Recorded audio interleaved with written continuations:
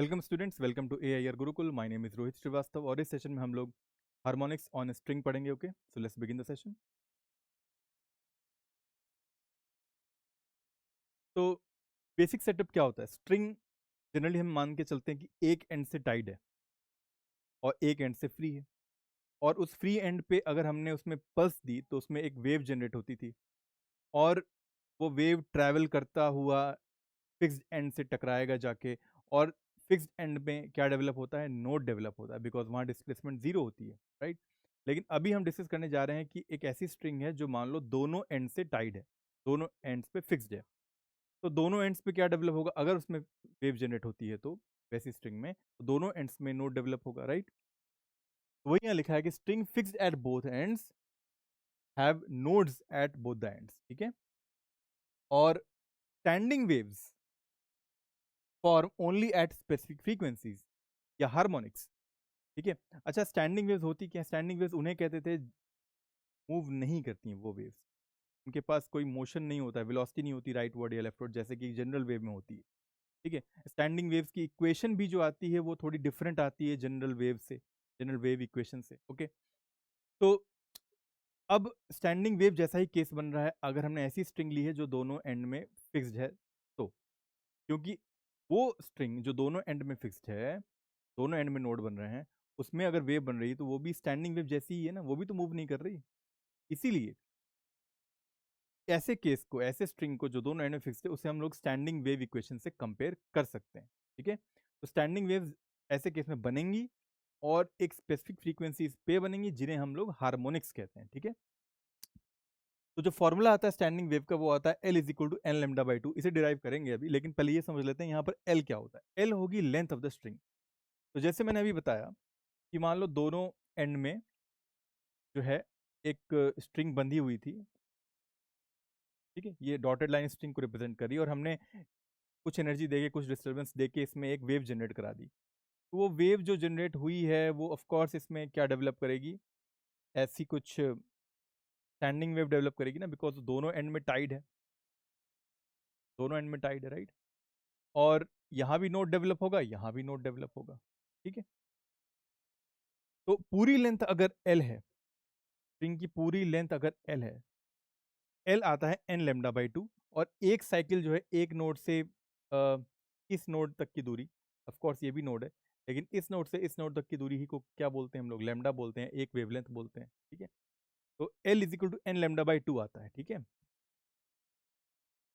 अब n क्या होता है इसमें? n जो होता है 1 2 3 इंटीजर्स होंगे जो कि n तक जा सकते हैं, and they are called as harmonics, ठीक है। जैसे जैसे n की वैल्यू बढ़ती चली जाएगी, ठीक है, तो हार्मोनिक्स या फ्रीक्वेंसी बढ़ेगी। तो यहाँ देखो n की संख्या जैसे जैसे बढ़ रही है, overall L is equal to lambda by two. Lambda by two क्या होगा? बाई द वे देखो, ये लेमडा है ना, लेमडा बाई टू ये लेंथ होगी। ये लेमडा बाई टू जो है इसके नंबर ऑफ मल्टीपल्स बढ़ाते चले जाएंगे और वो L के बराबर होगा। यानी ओवरऑल तुम कह सकते हो फ्रीक्वेंसी बढ़ जाएगी, ये छोटा होता चला जाएगा हिस्सा, ठीक है। बिकॉज इसी L में एडजस्ट करना है ना, तो नंबर ऑफ जो ऐसी साइकिल्स है ना, ऐसी ढेर सारी साइकिल आनी शुरू हो जाए और फ्रीक्वेंसी बढ़ जाएगी, ठीक है। और लेमडा क्या होता है? वेवलेंथ होता है, ठीक है। अब इसको डिटेल में समझते हैं। तो अब सिंस ऐसा होता है कि L is equal to N lambda by two होता है, ठीक है। और ये कैसे आता है एक बार देख लो तुम, क्योंकि ये पार्ट जो है L, I mean lambda by to है, ठीक है। ये पार्ट भी लेमडा बाई टू होगा, ये भी लेमडा बाई टू, ये भी लेमडा बाई टू। कितने लेमडा बाई टू आ गए इसमें? चार। तो 4 लेमडा बाई टू को हम लोग किसके बराबर लिख सकते हैं? एल के बराबर लिख सकते हैं ना। तो इसमें कौन सी हार्मोनिक की, जैसे ये पर्टिकुलर जो मैंने वेव बनाया ये अंदाजे से बनाया, मैंने कोई सोच के नहीं बनाया कि किस फ्रीक्वेंसी है, किस हार्मोनिक के लिए बना रहा हूँ, लेकिन इत्तेफाक से इसमें एन अगर कंपेयर करो कितना है? चार है ना। तो ये फोर्थ हार्मोनिक का केस है। ये जो पर्टिकुलर स्ट्रिंग में वेव बनी है स्टैंडिंग वेव, ये फोर्थ हार्मोनिक का केस, और उसके लिए जो एल की वैल्यू आ रही है 4 लेमडा बाई टू आ रही है, यानी कि L is equal to 2 lambda आ रही है, ठीक है। तो अगर वेवलेंथ निकालनी हो यहां से तो कैसे निकाल सकते हैं? इस पर्टिकुलर केस के लिए वेवलेंथ आ रही है L/2, ठीक है। तो इस तरह से हम लोग सॉल्व करते हैं, और इसलिए ये जनरल फॉर्मूला आता है n लैम्डा बाई 2 का। अब यहीं से लैम्डा अगर लिखना हो तो कैसे लिखेंगे, 2l बाई एन ना, वही यहाँ लिखा हुआ है 2l बाई एन। ये वेवलेंथ होगी उस nth हार्मोनिक की। जैसे अभी फोर्थ हार्मोनिक का ये जो लैम्डा आया है, ये फोर्थ हार्मोनिक का लैम्डा आया है, ठीक है। इसका वेवलेंथ हर हार्मोनिक में लैम्डा जो है श्रिंक होता चला जाएगा, बिकॉज जैसे जैसे साइकिल्स बढ़ेंगी ये लैम्डा घटता चला जाएगा ना, बिकॉज उस इसी एल में एडजस्ट करना है, ठीक है। तो फोर्थ हार्मोनिक का यहाँ लिख देते हैं, फोर्थ हार्मोनिक का जो वेवलेंथ है वो लैम्डा जो है वो एल बाई 2 है, और nth हार्मोनिक का जो लैम्डा होगा वो 2l बाई एन होगा, ठीक है। बिकॉज कैसे कंपेयर कर रहे हो, 4 लैम्डा बाई 2 ना, तो लैम्डा क्या लिख सकते हो, 2l बाई एन। यहां से देखो लैम्डा क्या लिख सकते हैं, 2l बाई एन ना, तो ये क्या रिप्रेजेंट कर रहा है, lambda of N, nth harmonic का वेवलेंथ है 2l बाई एन, वही यहाँ लिखा हुआ है। अब फ्रीक्वेंसी ऑफ nth हार्मोनिक कैसे निकालेंगे, तो एक फॉर्मूला होता है, velocity is equal to frequency into lambda. तो frequency is equal to velocity by lambda लिख सकते हैं, और अगर यहाँ पर लैम्डा एन रख दें तो फ्रीक्वेंसी ऑफ nth हार्मोनिक आ जाएगा ना, और लैम्डा एन हमें पता है 2l बाई एन है, कितना आ गया, वेलोसिटी एन अपॉन 2l, वही यहाँ लिखा हुआ है एन वेलोसिटी अपॉन में 2 इंटू एल, ये आ जाएगा फ्रीक्वेंसी ऑफ nth हार्मोनिक, ठीक है। इसमें v होता है वेव स्पीड या वेव वेलोसिटी, n जो होगा इंटीजर होगा 1 2 3, ठीक है। अच्छा, फंडामेंटल मोड यानी कि n equal to 1, fundamental mode को फर्स्ट हार्मोनिक भी कहते हैं, तो कंफ्यूज मत होना टर्मिनोलॉजी से, कभी कभी फंडामेंटल मोड लिख देता है, कभी कभी जो फर्स्ट हार्मोनिक लिख देता है, ठीक है। तो n इक्वल टू 1 के लिए अगर हम लोग स्ट्रिंग में लूप्स बनाएंगे तो कितने बनेंगे लूप, दोनों एंड से टाइड है, ठीक है। String first of all standing wave ही बनेगी, दोनों एंड में क्या होगा, नोड ही होगा। अब फर्स्ट देखो n इक्वल टू 1 है तो हमेशा ध्यान रखना उसमें एक लूप होगा, एक लूप का मतलब होता है कुछ ऐसा, सिर्फ इतना, स्ट्रिंग को हमने एक बार प्लग किया वो कुछ इस तरह से स्टैंडिंग वेव बनाएगी, इतने पार्ट में उसकी एनर्जी स्टोर होगी सिर्फ, ठीक है। अब ये पार्ट क्या होगा, देखो ये पूरा पार्ट एक पूरे साइकिल का आधा हिस्सा है, यानी कि ये लैम्डा बाई 2 है ना, और यही पूरी लेंथ है स्ट्रिंग की। एल किसके बराबर हो गया, एल बराबर हो गया लैम्डा बाई 2 के, देयरफॉर लैम्डा आ गया 2l के बराबर, यहाँ lambda is equal to 2l लिखा है इसीलिए। तो इस केस में जो वेवलेंथ आएगा, वेवलेंथ ऑफ फर्स्ट हार्मोनिक या wavelength of fundamental mode is equal to twice of L, ठीक है।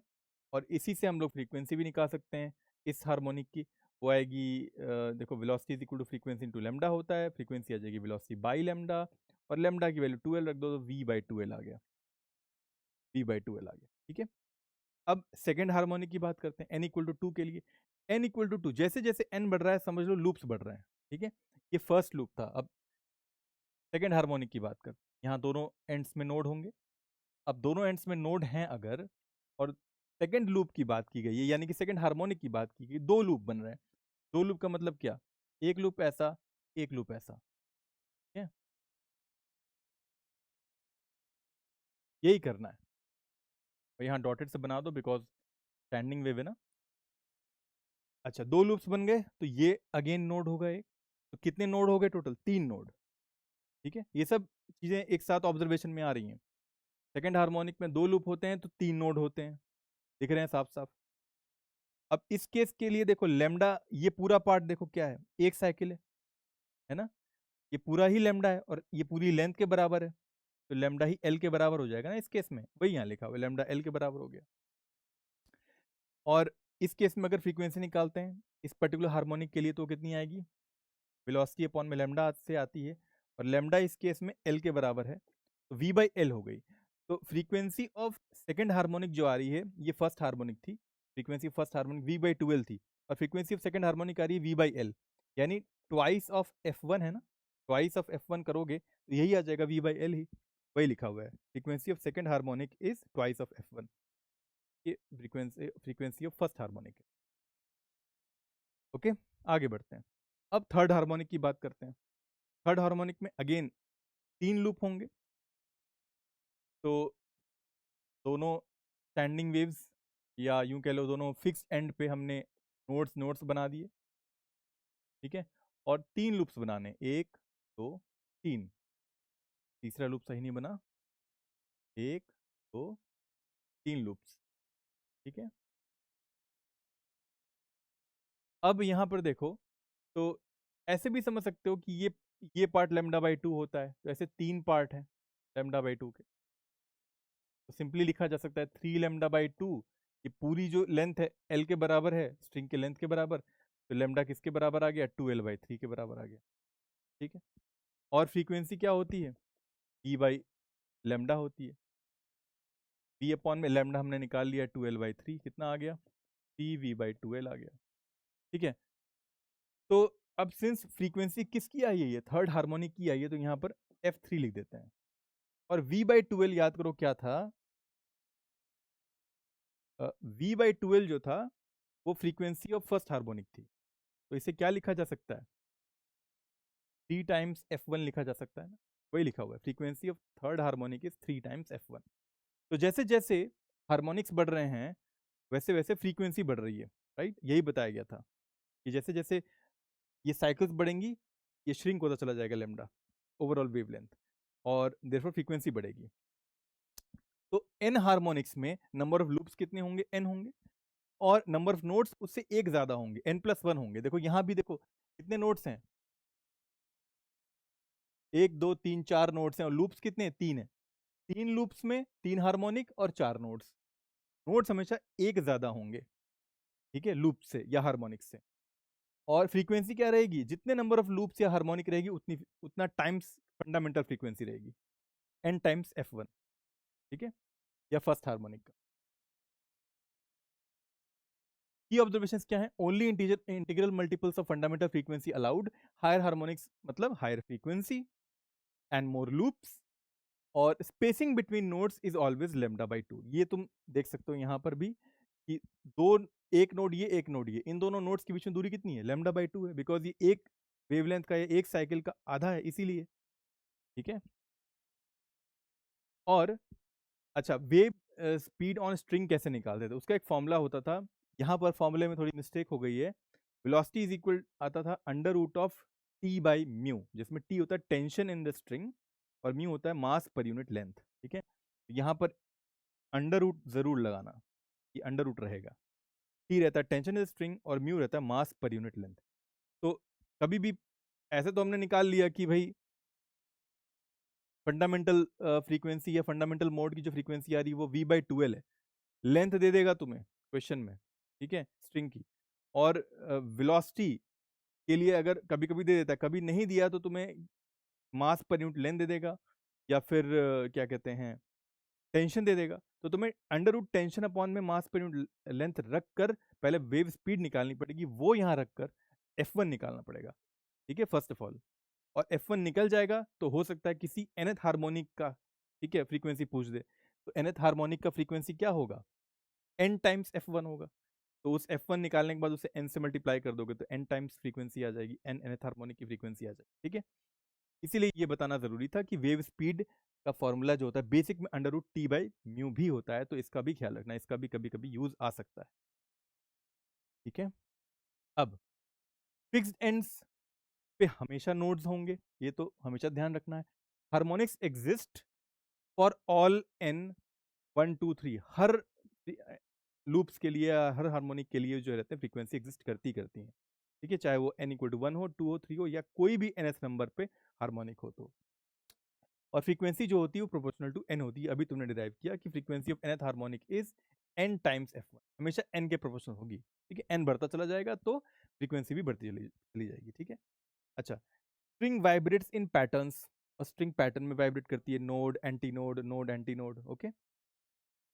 फर्स्ट लूप में लोएस्ट साउंड रहेगी, लोएस्ट पिच, बिकॉज उसकी फ्रीक्वेंसी n=1 के अकॉर्डिंग होगी, सबसे लोएस्ट पिच होगा।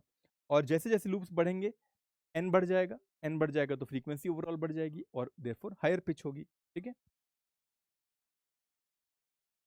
तो इस तरह ये सेशन कंप्लीट होता है स्टूडेंट्स, तो अगले सेशन में फिर मिलेंगे एक नए टॉपिक के साथ। Until then keep learning and keep having fun with physics.